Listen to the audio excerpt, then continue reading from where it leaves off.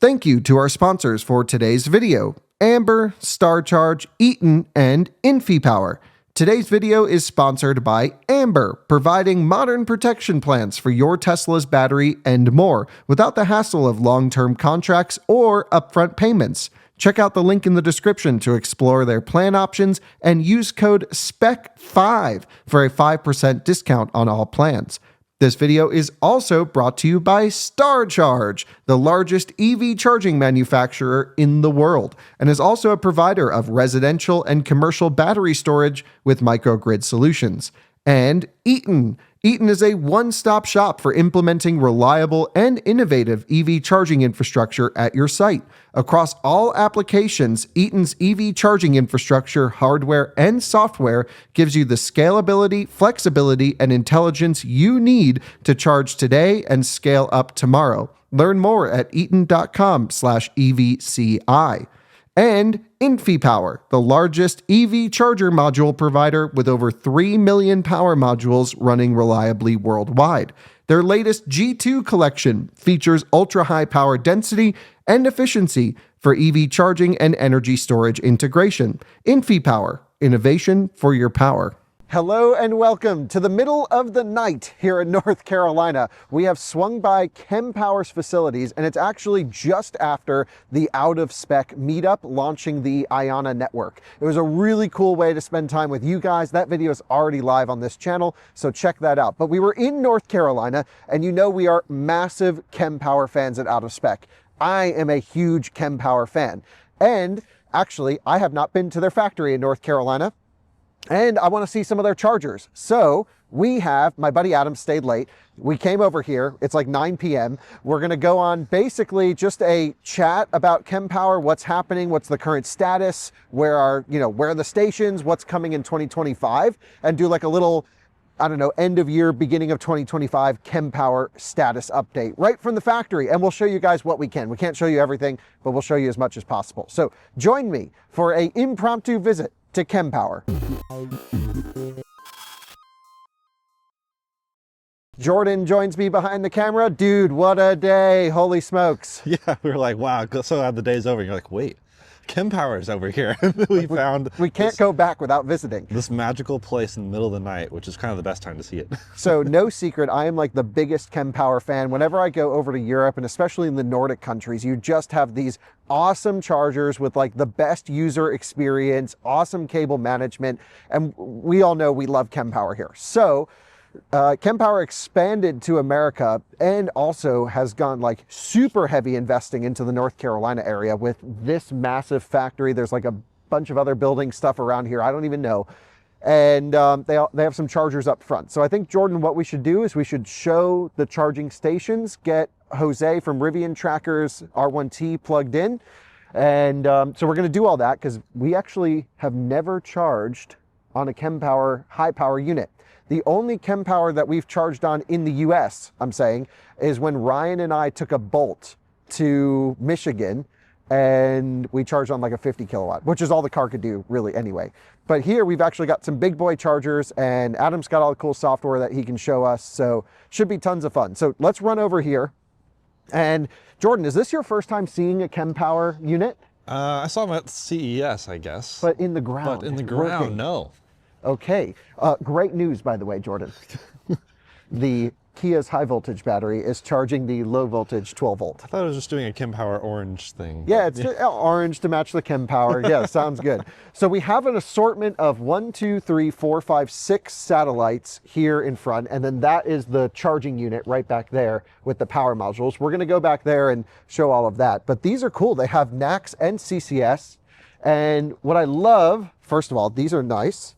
Okay, there's a bunch of different cables that they support, but these Volex cables seem cool. They have a little button on them, so that's pretty neat. And then of course the cables are super long, and you can watch as I pull out, the cable management takes all the weight of the cable. Wow. It's just so cool. Magical spring. Yep. Yeah, maybe that's what they should call it. Magical spring. So I'll throw that back in there. But also what I love about Kempower is they distinguish between high voltage and low voltage power right there. So you can see, okay, if you have a high voltage car, you'll get that, and a low voltage car, you'll get that. There's also some other cool stuff about Kempower, which is so many charging sites. Like I just recently did a video at the Rove Charging Park in Santa Ana, California. They used ABB Terra 184s, which are all-in-one chargers, which there's a place for all-in-one chargers. I'm not against all-in-one chargers. I love all-in-one chargers. But when you have a distributed site across 40 stalls, 10 stalls, whatever it is, I think it really makes sense to have a centralized power unit like that box right over there that can distribute to a bunch of different chargers so that you're utilizing more of your conversion power, because AC to DC rectifiers are not cheap. They're extremely expensive. So in order to put in as much charging as possible for the least amount of cost, especially for a wildly varied utilization with a bunch of high power and low power charging cars, it makes sense to have like one power distribution that can then shuffle the power around the whole site. It's how supercharger V3s work. Many other sites work this way. And Kempower is one of the few fantastic sort of off-the-shelf situations, if you will, but it's totally customizable for it. So we've been huge Kempower fans. We're happy to see them in the US. We just did a video at the Rove, no, not Rove. What was it called again? Revel Charging Park in New York on my dad's channel. They actually switched from Tritium to Kempower for their entire site. So that was amazing. So let's get Jose's truck plugged in and show how that process works. And I want to show you guys that like Kempower is so cool because they give you charging curves and volts and amps and pin temperatures and everything right on the screen. It's like ultimate nerd data if you want it, which I love. Jose, welcome to the channel again. Hello, hi. I love being here. For those of you who don't know, Jose is like our Rivian go-to knowledge source. He runs Rivian Tracker. You can see him on the Out of Spec podcast a bunch. You have your own YouTube channel. It'll be linked in the description. Yep, thank you. And you have this sick Gen 2 tri-motor R1T, yeah. the big boy. It's awesome. Love it, love it. Correct spec as well, aero wheels. The best wheels. Yep. The best wheels. I'm totally sold on the wheels. I didn't like them at first. I know, me too, but here we are. They're so cool. Storm blue and everything. So let's plug it in. It's pretty high state of charge because it just came from the out of spec Iona thing. Yes. But I'll have you plug it in and show kind of this process, and then I have the activation card because of course Kempowers can be activated through credit card or plug and charge or RFID. In this case, it's obviously a private charger for their factory. So I have a little card to activate them. Yep, perfect. So we're gonna go and pull out the very stiff cable because it's cold out. Plug it in. Can't wait for next. Oy. Yeah, right? So then it says authenticate with tag. Boop. It says checking tag. Jordan, come on in here. Authenticated, preparing to charge. And this is always the fun part, waiting for the contactors to click. Boom, done. Dude, the handshake time. So fast. That's crazy. There we go. We're charging, like I said.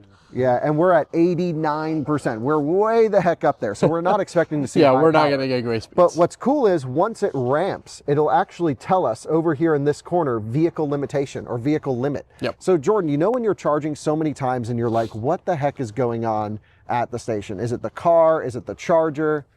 In this case, you have no need to worry. So we're up to 50 kilowatts at 89%, but boom, right there, vehicle limits. So the charger's like, bro, I can give you way more than this. Yep. And the Rivian's pulling a Rivian. The Rivian's pulling a Rivian and saying, But dude, actually 61 kilowatts at 89%, it'll come down. It's just pulling pack voltage up. Okay, then I can hit a couple things. There's like an I mode to tell us like how many minutes and kilowatt hours we've done.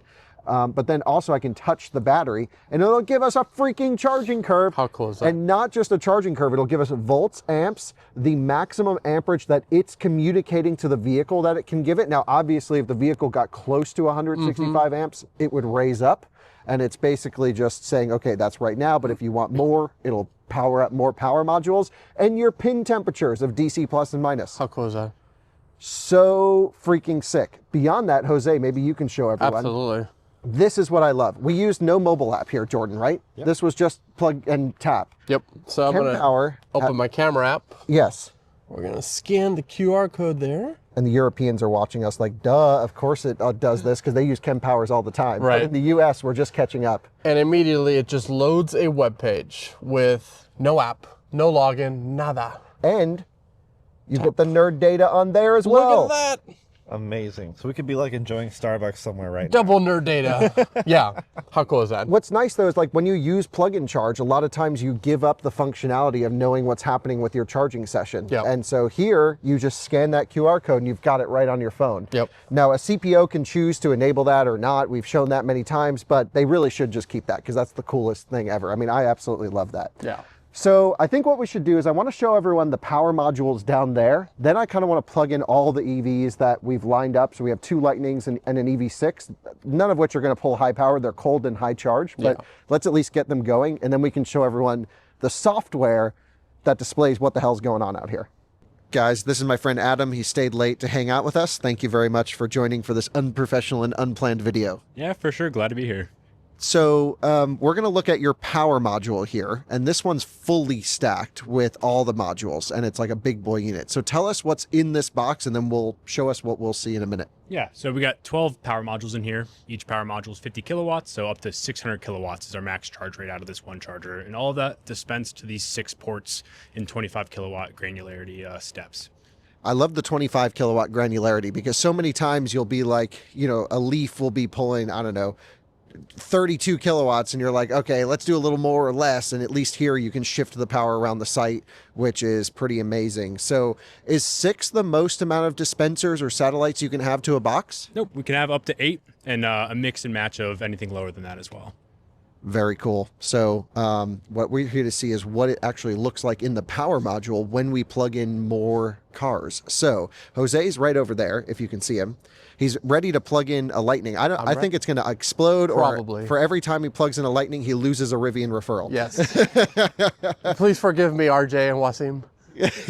Are you even allowed to stand that close to a Ford product? I don't know. I don't know. Okay, so this is really cool. So we've got, right now, I can see a blue circle here and a blue circle up here. So Adam, tell me what the blue versus green means. Yeah, certainly. So the blue is currently engaged and is charging. So the Rivian's plugged in right now and pulling from that channel and that power module in the top right.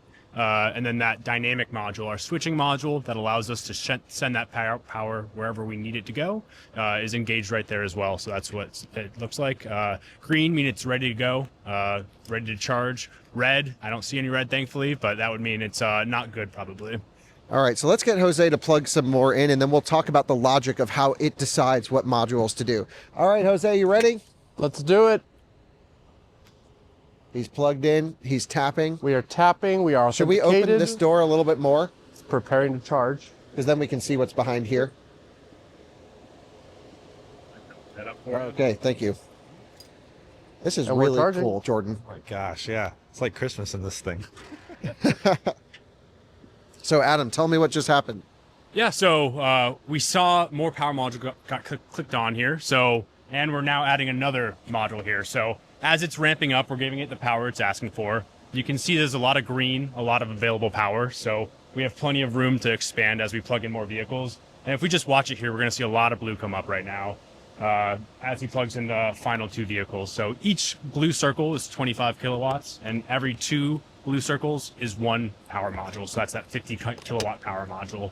And you were explaining to me that the modules natively go up to, I don't know, just over 400 volts or so. Yeah, 500 volts. Yeah. What happens when you plug in a Lucid or a Taycan? How do you get the voltage up higher than that? Because what we don't want to see is a Tesla supercharger situation like V3s that can't get the voltage up. Yep, so that's our adaptive voltage feature. We're going to take our 50 kilowatt power module and put the 2 channels in series. So we can generally send 25 kilowatts and 25 kilowatts. But when we're above 500 volts, we put them in series, series DC power. That will double or add additive. And so you have 2 500 volt channels up to 1,000 volts charging right there. Amazing. So, and then in the back-end software, right after Jose's done plugging in these vehicles, we can actually go. Is it juicing, Jose? So the Kia EV6, which is sitting at 93%, says, unlock car requested to stop. Huh, okay. So we'll plug in the other Lightning. Yeah, let's plug in the Lightning. Kia's doing Kia things. Totally Kia's fine. charging Could be the a 12 charge volts, limit. so. Charge limit on that. Yeah, definitely sounds like charge limit because it doesn't seem to be a fault. Jose plugged in another Rivian. There goes 2 more referrals. Or it's plugged in a Lightning, Yeah, excuse me. That's it. Ford Tracker launching soon. There we go. Okay, All right. I'm hearing clicks happen. This one's at 58%. Yeah, what does yellow mean? It's pre-selected? Yeah, it's just measuring what's going on in there, and now it's blue. So it's just preparing it. Amazing. Cool. So this is like fascinating. Sorry to get in your way, Jordan. I'm terrible. It is like so cool to, if you just had access to this at a random site, I'd be watching this all day. Yeah, and even when the doors are closed, you get a nice light show. Really cool to watch. Yeah, so for all of the viewers who charge at a Kempower station, this is basically what's happening in the background. And this module just kicked on right there. How sick is that? Jordan, this is cool. I love this. I could watch this all day. We're so excited by some lights. It doesn't take much to make us excited, right? As it just ramps up modules. So let's run inside and see what the software shows, because I think that'll help our viewers understand more about what's happening. For sure. Yeah, let's head in. Welcome to the insanely nice lobby at Kempower. Now, I'm not a design guy, but I love whatever's going on in here. I like these tables. So their branding is like awesome, and we can't show you, but the rest of the factory is also just gorgeous and really nice and like super sterile. Feels like an Apple engineering lab. It was really cool. So anyway, inside they have a few different products. So these are essentially the satellites like what you saw outside. And they can be configured in CCS, CHAdeMO, NACS, GBT, whatever you want. You know, they're cable agnostic in a sense, but of course they support full NACS. They're one of the very first charging companies to go on to NACS. I love this little mobile one. I forget if it's 50 kilowatt. Yeah. So they basically put one of those power modules in here, and it does this thing, which is cool. A lot of dealerships can use this and a few other things. And this is like one of the power stacks. And we've seen this at shows, and everyone, you know, this isn't anything new, but essentially what we were looking at, those lights outside, were what was on these, you know, sort of units right there. So each one of these is 50 kilowatts. They're air cooled, super high quality, extremely reliable, because if you guys remember, we've told the story many times, but Kempower's sort of origin comes from the welding world, which is dirty and messy and, you know, just like a harsh environment. So a lot of the technologies from the Kempi welding side made its way into the DC fast charging side, which is why Kempower is sort of renowned to be, you know, like the big reliable company. I mean, really, Alpitronic, Kempower, and ABB on certain products are just like top quality. And that's why we love these things so much. So anyway, what we're going to do is dig into some software now. I want to see what the heck's going on with the chargers out there. So they've got like a cool little Adam commandeered a conference room, which seems way professional for us. But let's go take a look and see what's happening. You didn't have to kick anyone out. Let's just say that. Yeah, no one's here right now. Here. Wow, nice map. So that's where all the Kempower stations are. Yeah, so that's where our offices are. Oh, the offices. Yeah. Okay. We need one. Right, we should just get an out of spec sticker. Yeah. I don't think anyone would notice. That'd be perfect. Yeah. Adam, welcome in daylight, or in skylight, I should say. Your responsibility, by the way, just so the viewers know what you do here. Yeah, I'm a solutions engineer, so all about deployment and training and getting our product in the ground. Yeah, you work on some pretty crazy projects, let's just say. Yes. A lot of power, a lot of fun. Hell yeah. So thanks again for coming by our event earlier today and then reminding us to come visit. So glad we're here. So yeah, show us this. So we've shown this, I think, in an out of spec podcast previously. This looks like maybe a little bit updated. I'm sure there's been some improvements. But in general, this is your back-end system. So what all can we see from what's going on the station outside? Yeah, so right here we have a snapshot of that power unit and all the plugs that are connected to it. And you can see we have 6 satellites here, our dispensers, and you can see each vehicle that's plugged in. So we can see that beautiful Rivian and the 2 Fords we have charging right now. If you scroll down just a little bit, you can actually see the history. So I can go back to any amount of time and see what that charging day looked like. And you can actually see, if you go back to those timestamps, the actual EVs that we're charging at that time. So we had, I believe this is an Ionic right here, pulling 208 at that timestamp at 11:03. So great for troubleshooting, great for just monitoring your data and consuming your data as you like. So let's go back to where we're at today. Right, and then if a CPO or a fleet buys the units, this is an additional subscription that comes along? Yeah, it comes with a base package. Yeah. So it's great for, you have to have it to commission. There are local ones as well. So you can plug in with an Ethernet if you don't have internet connection. So we work offline as well. Cool. But you do get a base subscription with it with very basic monitoring, and you can still see a lot of data with that, even just a base package.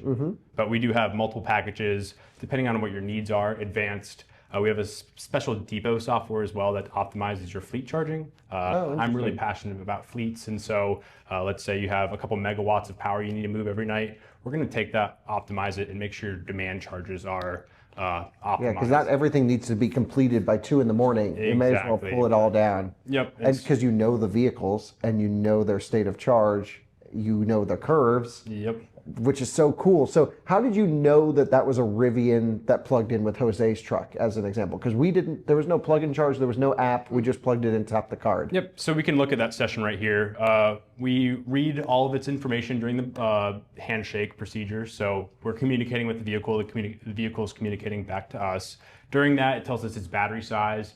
We quickly monitor the ramp rate of the charging curve, and we identify it based on that information. So battery size, ramp rate, and a few other things here. And so I love that you can see, like, okay, at 2112, which is right now essentially, the power is limited by vehicle request. Vehicles requesting 65 amps, you're offering 110 amps. Now, if they came close to that 110 amp, you would offer more capacity. Yeah, exactly. And that's basically the pre-authorized units that are in the power modules, right? Yep. So if you're offering it to the vehicle, it would go yellow or whatever, or say like, hey, I'm prepared to give you more. Yep, and so just some other status things we can look at here. One of my favorite things to point out, this symbol at the top here, that means the vehicle is limiting the charge. That's what we showcase on that screen. The user can see that as well.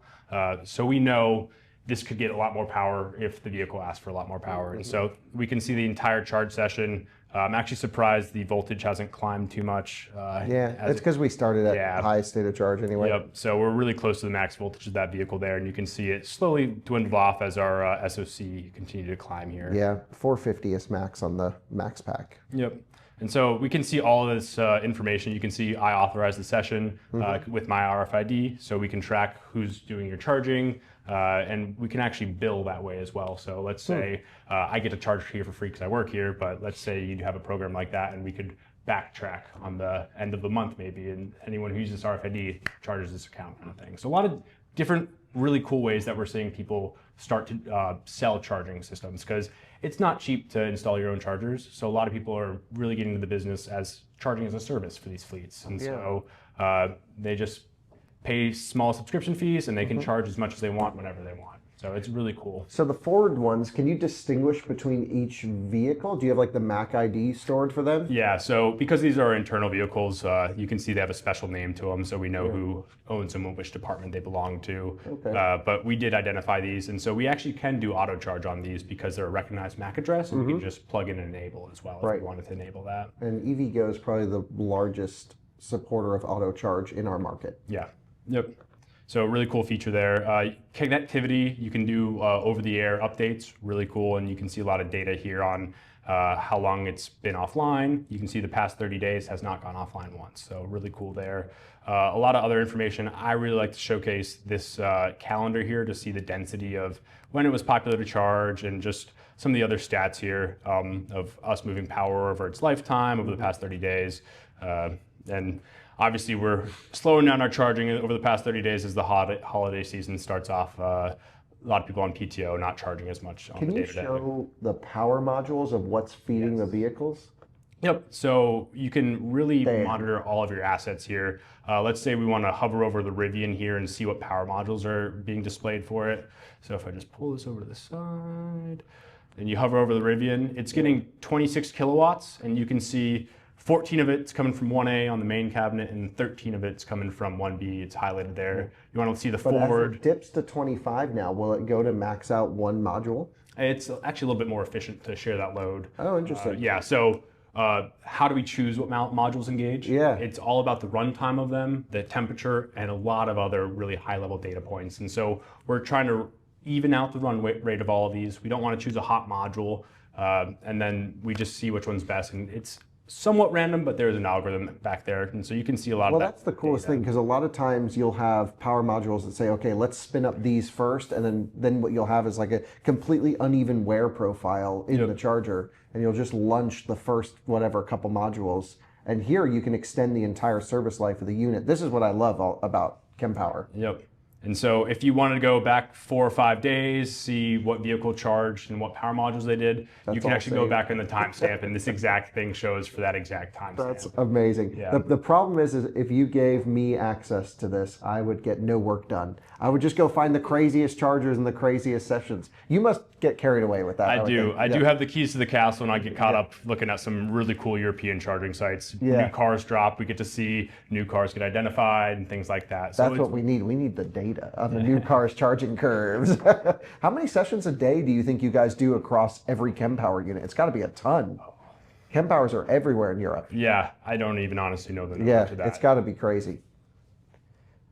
So software, what else can we do? Yeah, this is more of the basic version that I'm showing right now. That's basic? Wow. This is the basic one. Well, I don't know what more you would need. I'm not going to get into it on the showcase. It's a little proprietary, but our fleet software has scheduling assistance. So we know every day the vehicle parks at 6 p.m., needs to leave at 6 a.m., plug in, it's not going to start charging likely. Energy is cheaper at the middle of the night. So if we put in your time of use rates, we'll know, okay, let's ramp up at midnight when it's really cheap. And then you can really gauge that and have demand charges, amp limits, and a whole nine when it comes to the software limitations. So it's all about power management. It's not really charging management, it's the power management. That's what's difficult with EV charging today is how do we get the power and how do we use it the most efficiently? So that was cool. I mean, that's just us hanging out on a Thursday night looking at which modules are spinning up. So anyway, maybe on a more serious note, we can talk here in general, like what Kempower came to the US in really 2024. You guys spun everything up. You've been working here since 23? Yes. Yeah. Yep. So you were one of the early ones. I was first 20. So really cool. We've ramped up to over 140-ish right now. And so what have you accomplished so far? We've seen that Revel site. We've seen a couple in Minnesota early on. Yeah. We saw the one in Michigan, but it's been kind of like, I would say, less than expected rollout of Kempower chargers. Like when Kempower was coming, I was like, oh damn, we're all going in, it's going to be awesome. And then, with all charging infrastructure, things just take a while. So has it been that like sales have been bad, or are we just waiting on stuff, or what's the story? Yeah, a lot of it is we're waiting for the interconnection right now. So we have a pretty good sales record over the past year, and we're really happy with how we've grown. We need to get the equipment in the ground and get the utility. So a lot of times from point of sale or permitting, it takes about 18 months, depending where you're at, if there's power available. We were seeing the emergency of DC microgrids come up because people are getting fed up with utilities. And so a lot of that is just kind of a culmination of something they're not really experiencing in Europe. They have a common grid across most of Europe, honestly. They share power, and they also have a lot of different renewable energy that we don't have here. So the electrical distribution isn't as much of a chokehold on their charging experience. Yeah, I mean, we wanted to put in charging at our new hub, and they're like, it'll be 2 years before maybe you get a transformer. Yeah. And I'm like, are you kidding me? This is insane. How can we get, we're incentivizing EVs so heavily, but then the infrastructure is so hard to put in. Yeah. It's like, let's go. So I'm a huge fan of microgrids. Getting batteries in or some sort of energy buffer in a sense, so you can get sites in now. And what's cool about Kempower, maybe you can correct me if I'm wrong, but you can buy like a big box of whatever, and if you only have a small grid connection, you could fill it with 100 kilowatts of conversion power, and then you can expand it up to whatever you want. The maximum you can do is 600? 600 per power unit is our maximum, but you can go 50 to 600, and you can see each power module, 25 kilowatts each channel, 50 each power module. You can very easily rack in, rack out. They have wheels on them. They're really easy to install. So if you want to buy a car today for your fleet, or have a small CPO that you don't know if it's going to take off or not and want to start out and dip your toes in it, get 1 or 2 power modules, 100 kilowatts. And when you're ready, you start to see really good utilization. You're actually making money on it. Start installing more power modules, get happier customers, get people out of there fast, and sell more electrons. Right. So I like that idea, especially because we're waiting on grids for a lot. Yeah.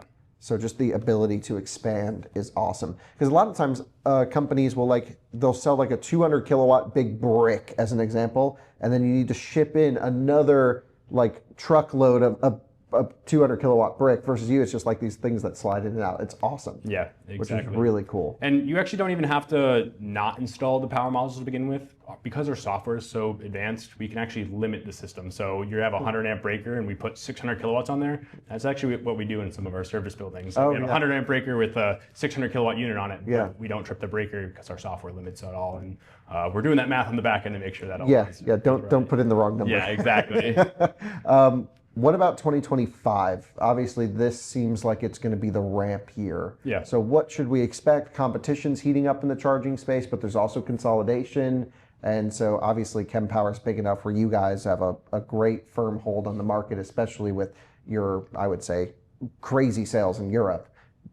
What's going to happen? What are we going to see? More fleets, more CPOs? What's coming on with Kempower here? Yeah, I do think it's going to grow pretty evenly, a 50-50 split between the fleets. And honestly, off-road segments are really booming right now. It's cool to see those really initial, the aviation sector is getting their pilots going, the marine sector is getting their pilots And you guys going. are marine rated for charging. Yeah, and so Candela is a really cool company out there. We've done a lot of charging with them. Cool. I can't wait to go on one of those. They're a lot of fun to ride. A couple of us had the chance to ride one at a boat show not long ago. And they use like Polestar batteries, right? They're pretty sick. Yeah, it's awesome. It is really cool. And so cool expansion in the off-highway, off-fleets, but also fleet is really booming.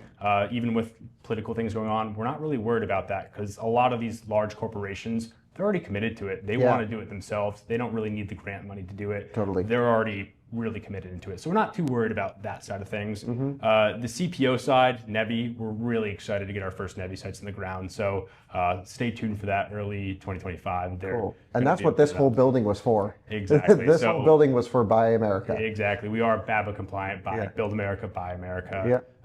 Really happy with that, to see it all grow up like that. Okay, so sounds like some cool things happening coming soon. I guess after the holidays, maybe we should come back, meet with some of your colleagues and do some more stuff. I want to max out some Kempower stuff. Now that you have units here, I mean, we've been working with Kempower for a long time, of course, and it was before we had like US big boy chargers, but we've got 600 kilowatts right here in the parking lot. You've got that Revel site. That's amazing. Huge congratulations on that because they are really taking over New York City. I think they're going to do a good job. Hopefully they continue to use Kempower stations. When my dad went and spoke to, can't remember his name, but the guy who's like communications there, he's like, everyone loves Kempower. Yeah. And I'm like, okay, yeah, that's cool. That works. Yeah. So there we go. That's a random Thursday evening. We saw the factory. We can't show you guys. Maybe in a future video we can get that all approved or whatever. Yeah, I think Francie actually has some good video from the factory from the grand opening. Yeah, she came here for the grand opening. So we have had out of spec content here. Shout out to Jose, Rivian Tracker, for joining.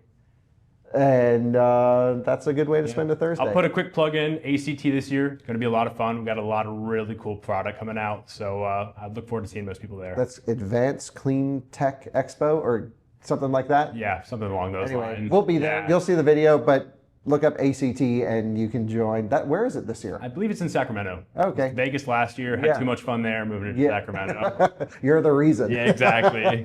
Amazing. Well, thank you so much for the tour. Thanks to Jordan for filming. Again, shout out Rivian Tracker. And that. A Ford finished. Oh, a Ford finished charging. Because they set 90% limits. Oh, okay. I was going to say, there's no way that thing got to 100. All about the battery health. Yeah. So, no, that was an unplanned video, but I'm glad we did it. Thanks for watching. Goodbye.